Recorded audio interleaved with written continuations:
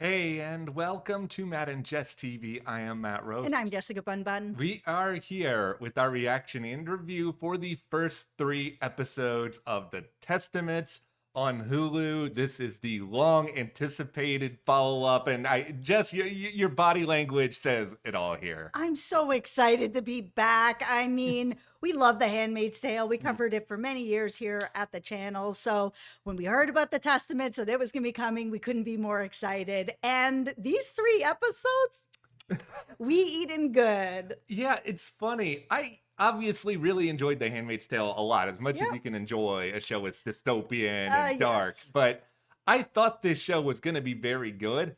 I'm still blown away by how much I enjoyed it. Like, it's even better than I thought it was going to be. I was surprised at how quickly I fell back into this world. I think just Right. the world building in general is really, really strong. They covered a lot of ground in 3 episodes, and they Yeah. did this without any of them being unnaturally long. They just were paced really, really well and stuffed full of a lot of important information.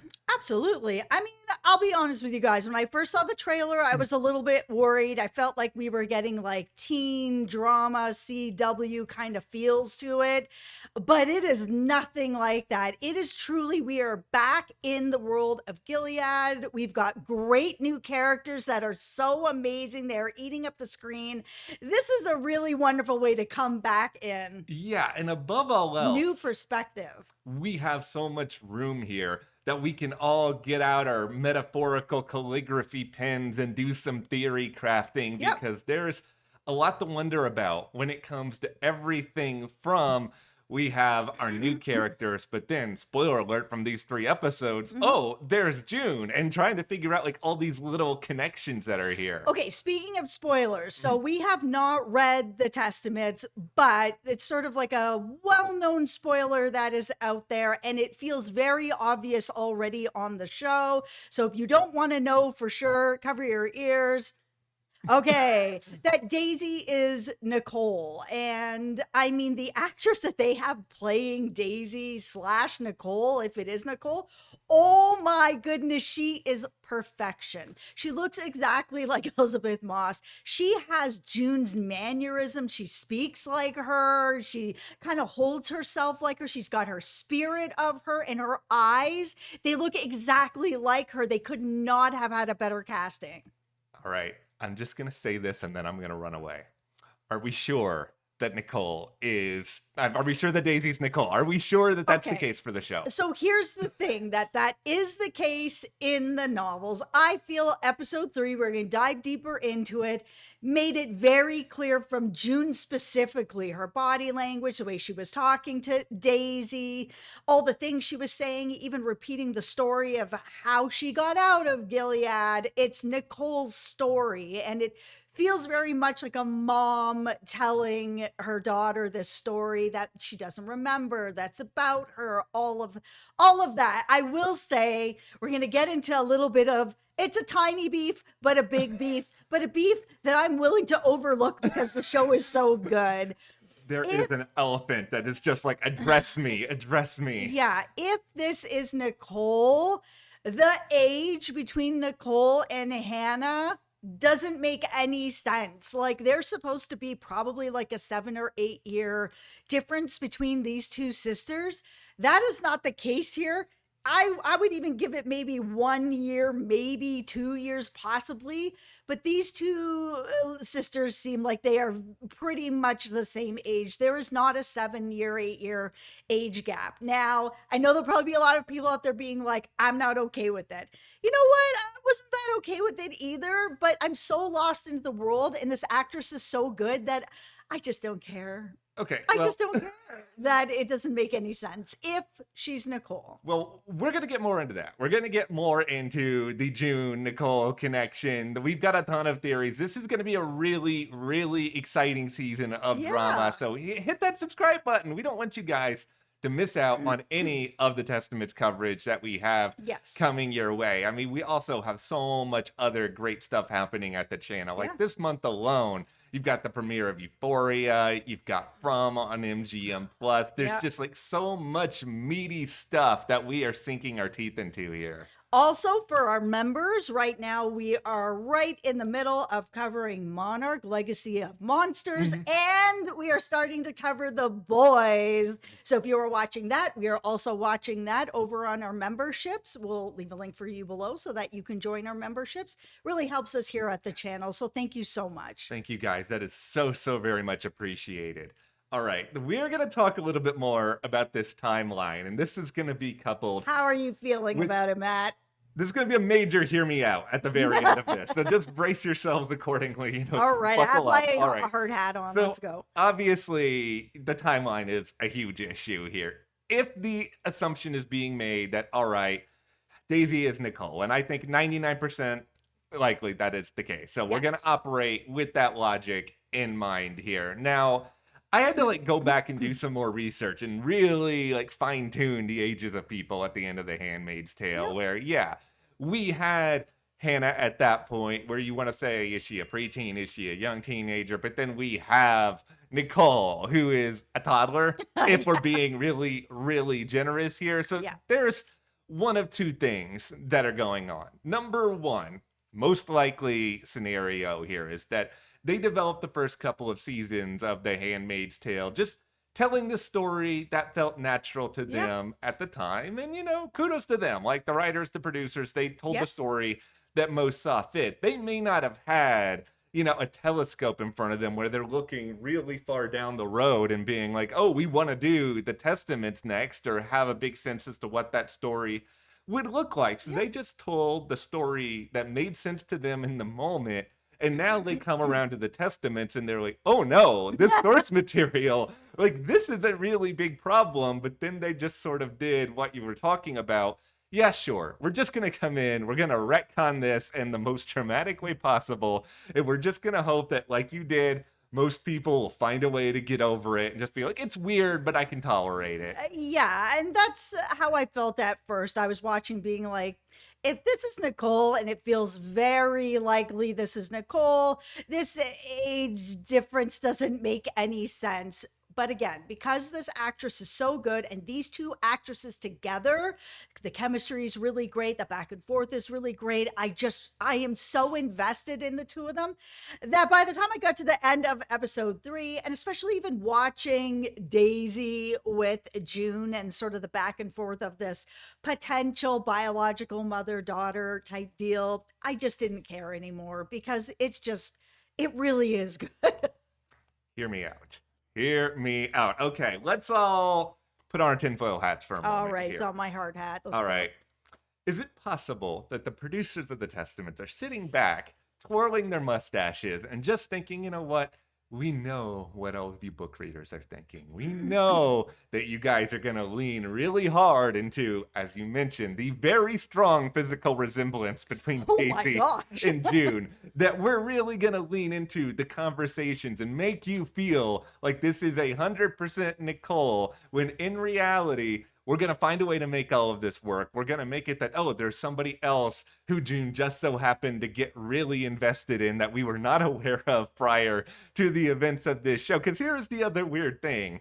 June doesn't really look that much older than she did at the end of The Handmaid's Tale. She kind of just looks the same. So if we're kind of playing around with that timeline again, it's tricky. This is very unlikely. It is almost certainly Nichole. I'm just throwing it out there. Okay, I am willing to overlook this age discrepancy because the material is good and the actress is great. So I'm willing to overlook that. But if you're going to come in here, guys, and you're going to be like, ha ha ha, it's actually not Nichole, then we're going to have a very different discussion. I'm not going to be happy with that at all. Not because it's like, oh, they're not following the books. Yeah. I'm totally fine with that. Like I said, we haven't read the books, Yeah. but in general, my philosophy on that is if you're making a TV show, I want to see it be different from the books anyways. I can go read the book. So Yeah. if you're going to be giving me a TV show, give me something a little bit different. Have a little bit of creative flair to it to do what you would like to do, to tell me the story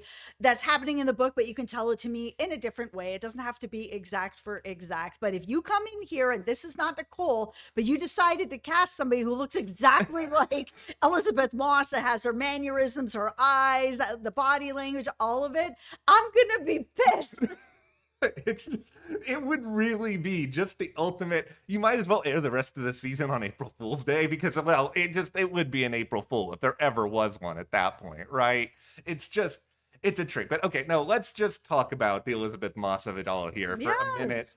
longer because I was thinking going into this, and I'm sure a lot of you guys were as well, that all right, we're gonna see June at some point. 1,000%. Like, even though this is not June's primary story, she's the entry point to the Testaments. Elizabeth is an executive producer, like she's involved.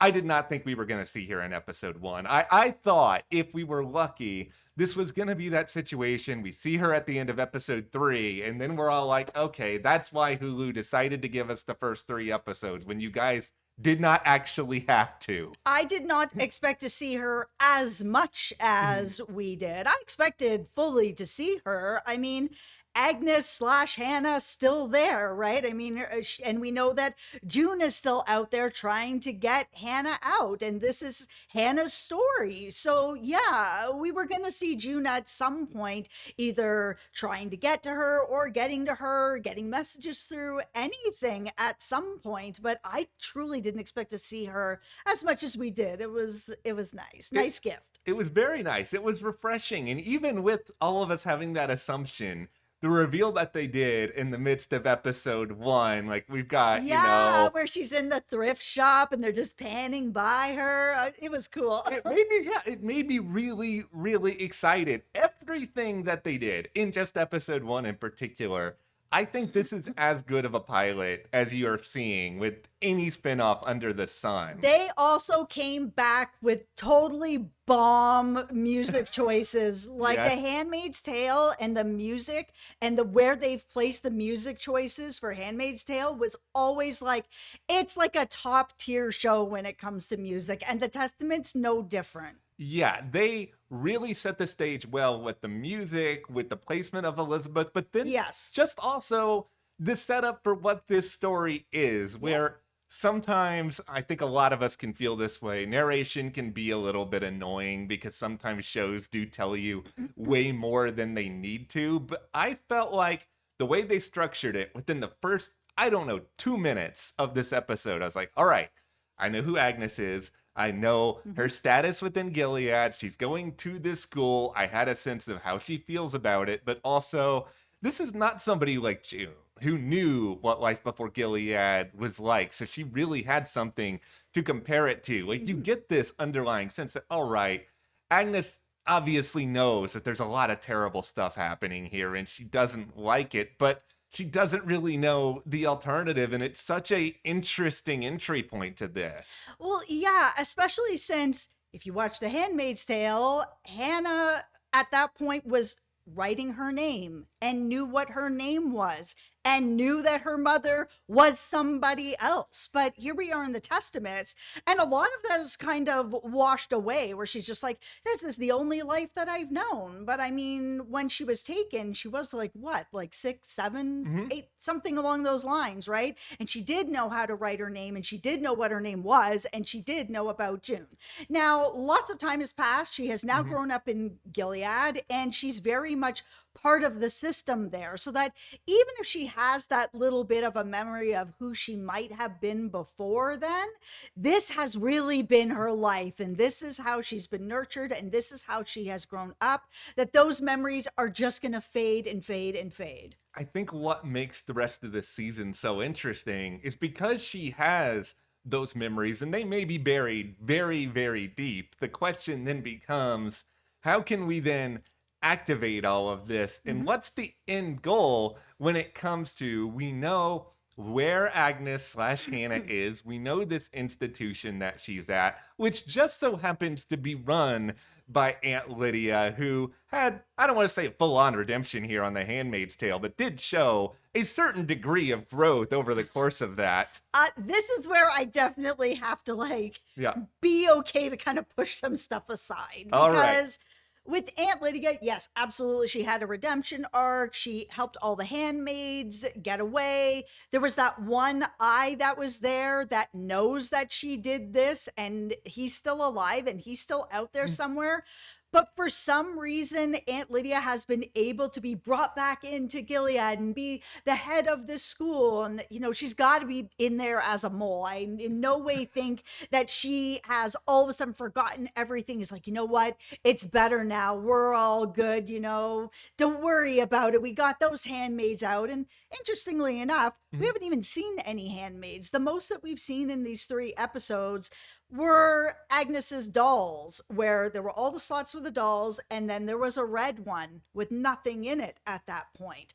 I feel like the handmaids are still out there. I don't think Aunt Lydia's changed it for all of Gilead that there are no handmaids out anywhere, but it's interesting that we haven't really seen them around. Yeah, it is. And I think Lydia's probably reformed the way in which they are seen or operating, but that doesn't mean Yes. that they're gone. And I think everything around Aunt Lydia at this point is She's a mole.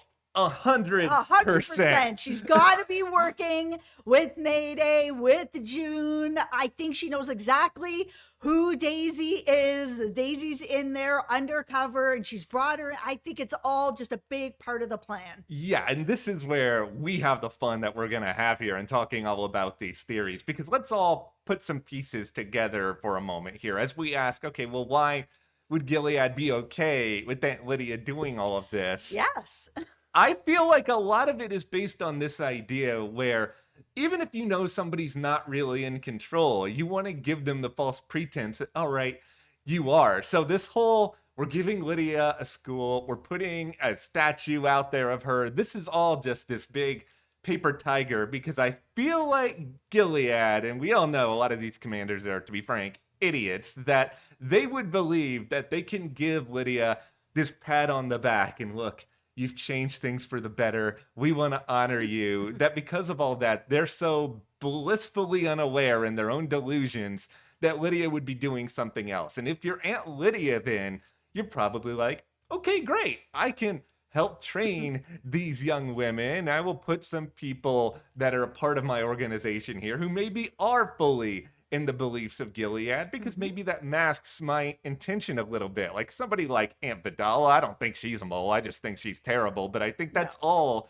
an intentional part of this plan, right? Absolutely. My feeling is probably that everything that happened at the end of The Handmaid's Tale with Aunt Lydia, that she was able to probably get out of there, be somewhere else, and be like, it wasn't me. And, just move on from there. Whoever this I was that was part of all of this, we haven't seen them again. So they might be in the wind. They might be dead at this point for all we know. They may just not be where Aunt Lydia is. Maybe this person is going to turn up in the third reel in the last act and be like, oh, by the way, I know what you did, and just kind of blow it all up. Yeah, that's a definite possibility. I think one thing that it's easy for all of us to get lost on when we watch this world is just how big Gilead is. And that's why it was great to see June have this victory in The Handmaid's Tale, but it was like, not all of Gilead's just gone now. Like, there's still so much more to it. There was also a little bit of confusion for me of how many of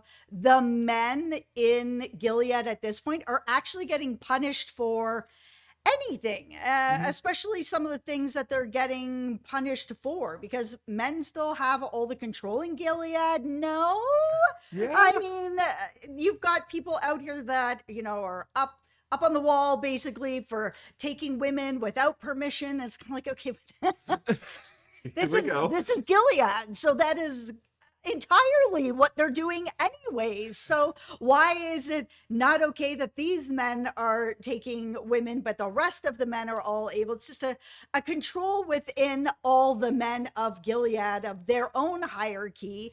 But at the same time, these 3 episodes had a lot of punishment towards men, which was something that wasn't as prevalent in The Handmaid's Tale. There was some, but not quite like this, where they're like cutting people's hands off. There are people up on the wall. Like, it was a lot.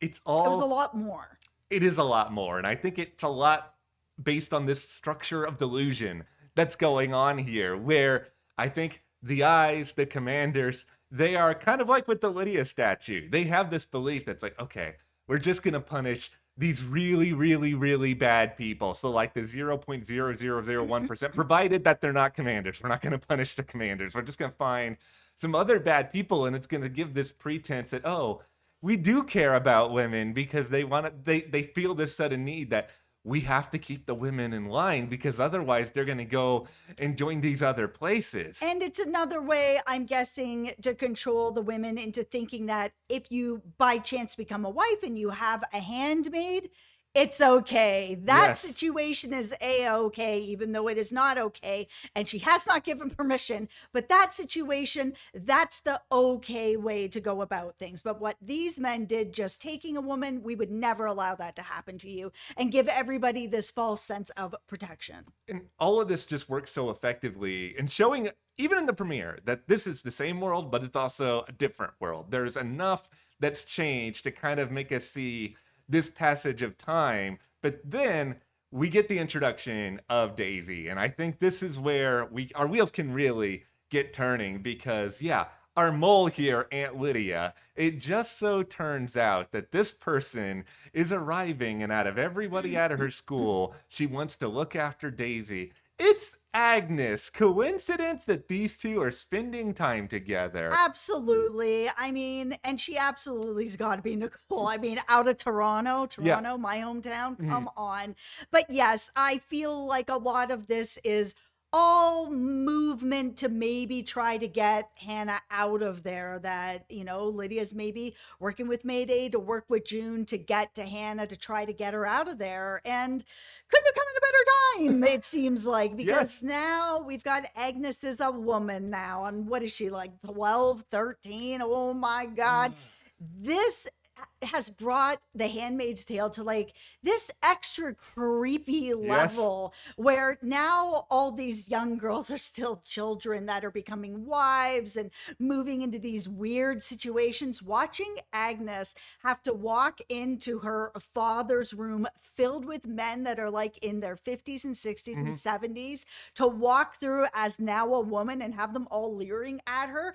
I have not been this uncomfortable in a very long time watching a show. It was so uncomfortable, so wildly difficult because That actress is amazing. I mean, What a hard role. really, really difficult role. And I mean, and I will say this. I have not seen one battle after another. I know that a lot of people out there, that was like your Chase Infinity breakout role moment, but we saw her on Presumed Innocent. And Yes. that, She was great on there too. yeah, she What a was good show. great on that. And like that made me really optimistic that she could pull this off, but it is still an incredibly challenging role because you kind of go to these different extremes because there are these moments in these episodes where she is interacting with, Becca or her other friends among the Yep. plums. And, you get these little elements of, oh, deep down, they are still just young people trying to figure out their way in the world. But then that's just like completely juxtaposed against that incredibly uncomfortable walk. The ceremony when they're all yelling and shaming Day. It's just there's so many different things that are just thrown at you. The world building, you said this, Yeah. the world building with the Testaments in Gilead with this school and the girls and the way that there is even sort of a hierarchy in that as well, where it's like you're a plum, but once you get into your womanhood, then you get this green pin and you're moving into, wearing the green cloak like you're on the traders or something. I know. So well done. Yeah, it's just the little attention to detail and the way that they explained it all still in a way that was fast, but it made sense. It's like, all right, we know that there's a lot of distrust among the Pearls for Yes. this reason. They're all coming from outside Gilead, coming in there. And that is tied to, all right, well, we need Hannah/Agnes to look after Daisy because we need to find a way that they can forge a bond. And by having it be sort of Aunt Lydia's orders, that means that Hannah has to listen to Daisy and she has to sort of take her predisposed notions and just leave them at the door. And they're put in this situation where, okay, we've got to interact on some level. We have to bond because if we don't bond, Aunt Lydia is going to be upset. Aunt Lydia is a hero. We can't make her upset. Well, and here's the other interesting thing about this whole story is that Agnes has grown up in this world. Yes, there was the stuff on The Handmaid's Tale where she did remember her name and Mhm. she did remember a little of what had happened. But because so many years and she's been so brought up in this world now that she is like, this is my world. This is where I'm going in this world. I'm going to be a wife now. We're going to be moving forward in this Mhm. stuff. That even if a Daisy or an Aunt Lydia or even June showed up at this point, she's basically a stranger to her. Yeah. So why would Agnes decide to leave the world that she does know, that she feels okay living in for now, to then move out of that and move somewhere else with a complete stranger?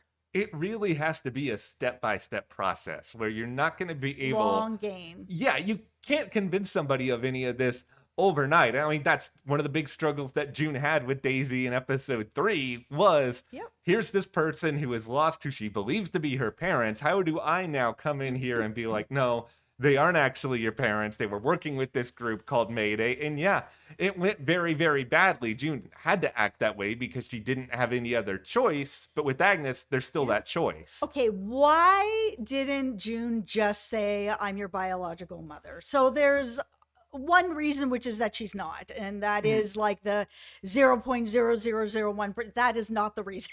No, I don't think it is. I don't understand why she didn't just tell her at that point. Like, she's going through all these other motions where she's like, oh, you were brought out of Gilead. You were put with your parents, these people that raised you, that are your mom and dad for your protection. Okay, that protection is gone now. Yeah. Okay, your parents are murdered because Gilead wants you back. Why not at that point just give her all the information, the most important part of the information, be like, also, I'm your biological mother, and this is how we're going to deal with this. Here's where I am with it right now. I guess as a tinfoil hat, but I just kind of feel like if you're June in this situation, like we know from the end of The Handmaid's Tale, she was very much like, Nichole, I love you, but I have to leave you again. And it seemed like a lot of that was, So many times. I know she wants to see through making sure she can get Hannah back. And so my idea is that while I think there was a lot of her that probably wanted to say these things, did she hold back because she was either afraid that Nichole would get too attached to her and would not want to leave her if she was thinking long game in terms of this mission? Or was she thinking that she was going to get too attached to Nichole and then she would not be able to send her on this mission and that would make things too emotionally complicated? Well, here's the thing. Did June actually send Daisy on this mission, right? I mean, the last time they saw each other, she's sitting in this cafe ordering coffees. June's like, somebody from Mayday, they're going to come and get you.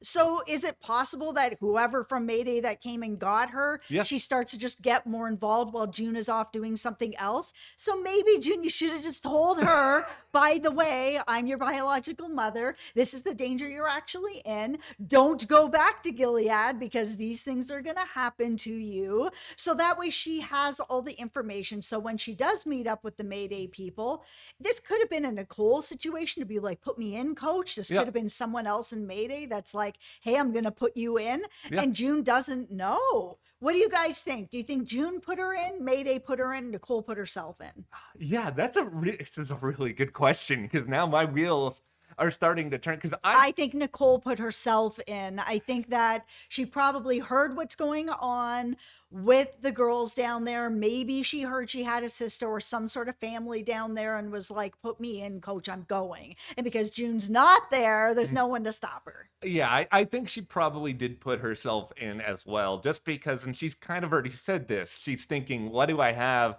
to lose at this point? Like, she's Right. already realized she can't go back to her boyfriend. She doesn't really have a life in Toronto anymore. And especially if she is told that she has some sort of sibling or something else down there, she might be operating from this position of, all right, if I do all this, maybe I will have a chance to have some sort of life down the road. But if I Right. don't do any of this, then what am I really doing? Am I just sitting around being alone, being in hiding? Is it better to be in hiding or be proactive? I mean, the sort of the microcosm of this behavior is she kind of does the quintessential teenage girl thing of going over to the boyfriend and climbing up the window. Like she has that sort of rebellious streak to her already. Absolutely, and it was very cute to see it coming out of her and seeing June have a smile about it, that she's like, "Man, she is just like me in that way."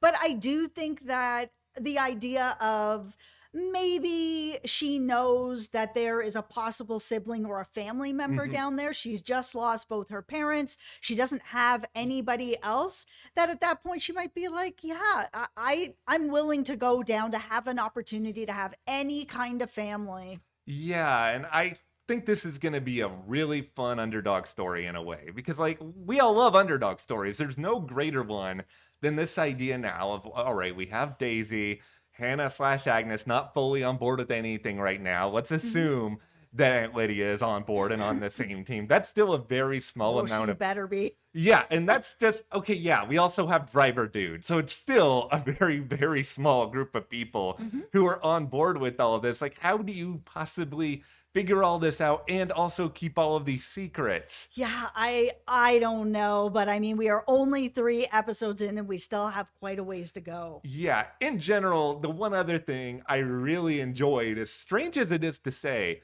I'm glad there weren't too many more Handmaid's Tale cameos beyond what Yes. we had. I think if we had started this side of run around and be like, oh, here's this person, here's that person, here's this, then it really just feels like you're playing the hits. We got just enough Yes.